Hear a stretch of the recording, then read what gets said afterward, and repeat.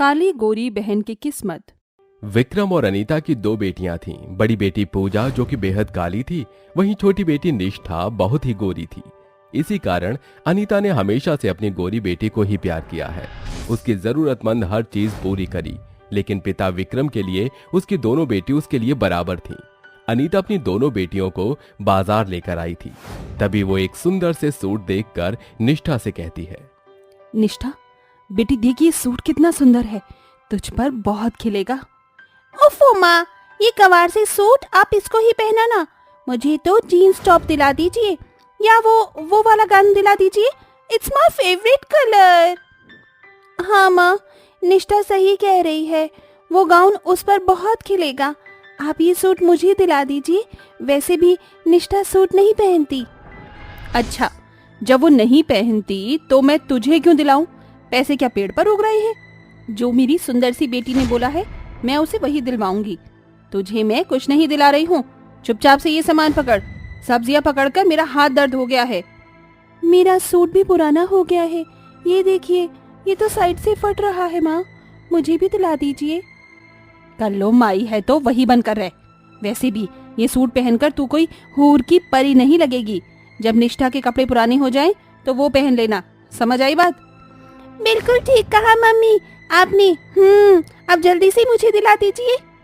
भैया, ये gown medium size तो है ना, जरा इसे पैक कर दीजिए। ये लीजिए पैसे। अब तो मैं कल यही पहनूंगी प्रिया की पार्टी में। अनीता सगी माँ होकर अपनी बेटी पूजा के साथ बहुत गलत व्यवहार करती है। बेचारी का दिल टूट जाता है। रास्ते में उसे गोलगप्पे देखकर गोलगप्पे खाने का मन करता है। उसे भी अनीता नकार देती है और खुद अपनी गोरी बेटी के साथ गोलगप्पे का मजा लेती है। फिर आगे जाकर आसपास के लोग अनीता के साथ उसकी काली गोरी बेटी को देखकर हंसते हैं। घर आते ही अनीता पूजा से कहती है, देखा, इस कलूटन की वजह से रास्ते में कितने लोग हंस रहे थे। माँ, मैं तो पहले ही कह रही थी आप इस काली बिल्ली को मत ले जाओ, लेकिन आप ही ले गईं। कहीं से भी ये मेरी बड़ी बहन नहीं लगती। कहाँ ये और कहाँ मैं?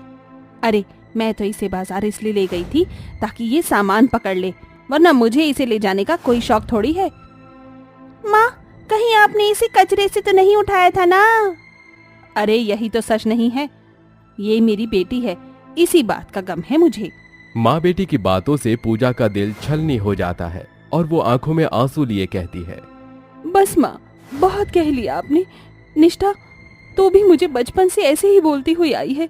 माँ, हम दोनों आपकी बेटियां हैं, तो आप मेरे साथ इतना बुरा बर्ताव क्यों करती हैं? और निष्ठा को ही प्यार करती हैं, उसे अच्छी अच्छी चीजें दिलाती हैं। मेरा भी मन करता है कि मुझे नए कपड़े, खाने की अलग अलग चीजें मिले, मैं भी बाहर घूमने जाऊं, लेकिन कभी आपने मुझे अपनी बेटी का प्यार नहीं दिया। देख रही है निष्ठा, कैसे इस काली बिल्ली की जुबान चल रही है। तूने ये सब पूछा है और तुझे इसका जवाब पता है, फिर भी आज मैं तुझे दोबारा दोहरा देती हूँ कि तू काली है। तेरी वजह से मेरी बहुत बेइज्जती होती है, चाहे वो पड़ोस हो या रिश्तेदारी। और आज बाहर से भी सुन लिया। मैंने तुझे प्यार करने की बहुत कोशिश की, लेकिन तेरी मनहूस शक्ल देखकर तुझे प्यार करने का जी ही नहीं करता। इतनी बुरी जिंदगी से तो अच्छा है कि मैं आती ही नहीं इस दुनिया में। बहुत बुरी किस्मत पाई है माँ मैंने। हाँ, और हमेशा बुरी ही रहेगी। ये सुनकर वो रोते हुए अपने कमरे में चली जाती है। कुछ देर बाद अनीता आकर कहती है, अपनी गंगा जमुना ही बहाती रहेगी या घर के काम भी करेगी? बारिश हो रही है, मौसम अच्छा है, बारिश बंद होने से पहले चाय पकौड़े बालकनी में आ जाने चाहिए। ठीक है माँ, मैं ले आऊंगी। और हाँ, अच्छे से पकौड़े बनाइयो, तेरी काली सूरत देखकर पकौड़े जल ना जाए। माँ, आप भी ना क्यों इस बेचारी बहन की हंसी उड़ाती रहती हो? मुझे लगता है इसकी किस्मत ही खराब है जो कभी अच्छी नहीं हो पाएगी। आओ बालकनी में चलते हैं। ये कहकर दोनों इठलाकर बालकनी में चली जाती हैं। वहीं बेचारी पूजा रो रो कर चाय पकौड़े बना लेती है और कहती है, क्यों भगवान जी, क्यों मेरे साथ ऐसा होता है? मेरी अपनी माँ और बहन ही मेरे साथ ऐसा करती है। मेरी जैसी किस्मत वालों को तो सौतेली बहन और सौतेली माँ की भी जरूरत नहीं है। क्या मैं इसी तरह हमेशा परेशान रहूंगी या मेरी किस्मत भी कभी चमकेगी? तभी अनीता की आवाज आती है और वो ट्रे लेकर उन्हें चाय पकौड़े परोसती है। आहा, मजा आ गया। कुछ भी कहो माँ, मेरी बहन कितनी भी कल्लो माई क्यों ना हो, लेकिन काम बढ़िया करती है। पकौड़े अच्छे बनाए हैं। हाँ, ये तो तूने बिल्कुल ठीक कहा। मार मार कर सब सिखाए है मैंने इसे बचपन से ही। कोई नहीं माँ, कम से कम आपने मुझे सिखाया तो है, इस बात की मुझे खुशी है। तभी वहाँ उनका पिता विक्रम बारिश में भीगा हुआ हाथों में गरम गरम भुट्टे लिए आ जाता है और कहता है, अरे सरप्राइज बच्चों, देखो मैं तुम्हारे लिए क्या लाया हूँ। अरे वाह पापा, आप तो हमारे लिए भुट्टा लेकर आए हैं। अरे पापा, आप तो ऑफिस गए थे, फिर इस टाइम घर पर कैसे आए? आप भीग भी गए हो, मैं आपके लिए गरम गरम चाय लेकर आती हूँ। हाँ पापा, कैसे आए आप? अरे बारिश का मौसम खराब हो रहा था, इसलिए बॉस ने ही जल्दी छुट्टी कर दी, वरना बारिश में फंस जाता। ये बढ़िया किया। आइए पकौड़े खा लीजिए, निष्ठा ने अपने हाथों से बनाया है। अपनी माँ का जवाब सुन पूजा को बहुत बुरा लगता है।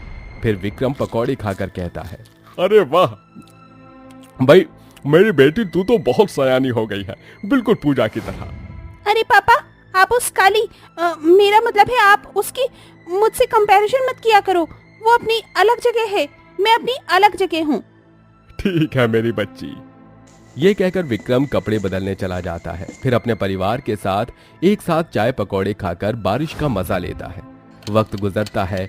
अनीता और निष्ठा हमेशा उससे घर का ज्यादा काम करवाते थे, उस पर अत्याचार करते थे। किसी चीज की खुशी उन्होंने पूजा को कभी नहीं दी। वहीं अनीता ने अपने पति की नजरों में दोनों बेटी को बराबर रखा, लेकिन प्यार सिर्फ अपनी गोरी बेटी को किया। हमेशा पूजा को कालेपन का ताना दिया। और फिर विक्रम अपनी दोनों बेटियों के लिए रिश्ता देखता है, लेकिन चालाकी से अनीता पूजा की शादी एक गरीब परिवार में करा देती है, तो वहीं अपनी बेटी की शादी एक ऊंचे खानदान में करवा देती है। अपने ससुराल में वो गरीबी के दिन काट रही थी, जहां पड़ोसी भी उसे कालेपन का ताना देते थे। अरे तुम तो इसी घर की बहू हो ना, इतनी काली कैसे हो? तुम्हारी बहन को देखा था मैंने, वो तो बहुत गोरी है। सुना है अमीर परिवार में शादी हुई है। हाँ, मैं हूँ काली और हम दोनों एक ही माँ की बेटी हैं। क्यों, कोई सगी बहनें काली गोरी नहीं हो सकती हैं क्या? पूजा पड़ोसन आंटी का मुंह बंद करके कमरे में जाकर फूट फूट कर रोती है। हे भगवान, कब तक मैं इस कालेपन का ताना सहती रहूंगी? मेरी किस्मत इतनी बुरी है कि माँ ने मुझे गरीब ससुराल में भेज दिया। पता नहीं कब कुछ ठीक होगा। पूजा इतना कहकर रो ही रही थी, इतने में पति का फोन आता है। उसे सरकारी नौकरी के साथ सरकारी बंगला और नौकर चाकर मिले हैं। इस बात से वो खुश हो जाती है और अपने ससुराल के साथ एक लग्जरी लाइफ जीती है। तो वहीं दूसरी ओर निष्ठा के पति का बिजनेस में सारा पैसा डूब जाता है और वो झोपड़ी में रहने के लिए मजबूर हो जाती है। एक दिन पूजा गरीबों को मंदिर में कंबल और खाना बांटने आई थी कि वहीं निष्ठा भी बहुत बुरी हालत में हाथ फैलाए बैठी थी। उसे देखकर पूजा कहती है, निष्ठा बहन, ये तेरी क्या हालत हो गई? तू यहाँ क्यों है? क्या बताऊं बहन, शायद मैंने तेरी किस्मत को बहुत कोसा है, इसीलिए अब मेरी किस्मत मुझे आईना दिखा रही है। तो गरीब घर में जाकर अमीर हो गई और मैं अमीर घर जाकर भी गरीब बन गई। आज मुझे अपनी किस्मत पर हंसी भी आ रही है और रोना भी। अरे तू ऐसा मत बोल, मैं तुझे ऐसे नहीं देख सकती। आजा मेरे घर चल, तेरी जो भी तकलीफ है मैं उसे दूर कर देती हूँ। लेकिन एक बात तुझे जरूर कहूंगी निष्ठा, मैंने माँ और तेरे से बहुत कुछ सुना है जिसे सुनकर मेरा दिल टूट गया था, लेकिन आज यकीन हो गया कि ऊपर वाला सबके साथ न्याय करता है। हाँ बहन, अगर तू मुझे माफ कर देगी तभी मैं तेरे घर चलूंगी। मैंने तुझे माफ कर दिया मेरी बहन, आजा।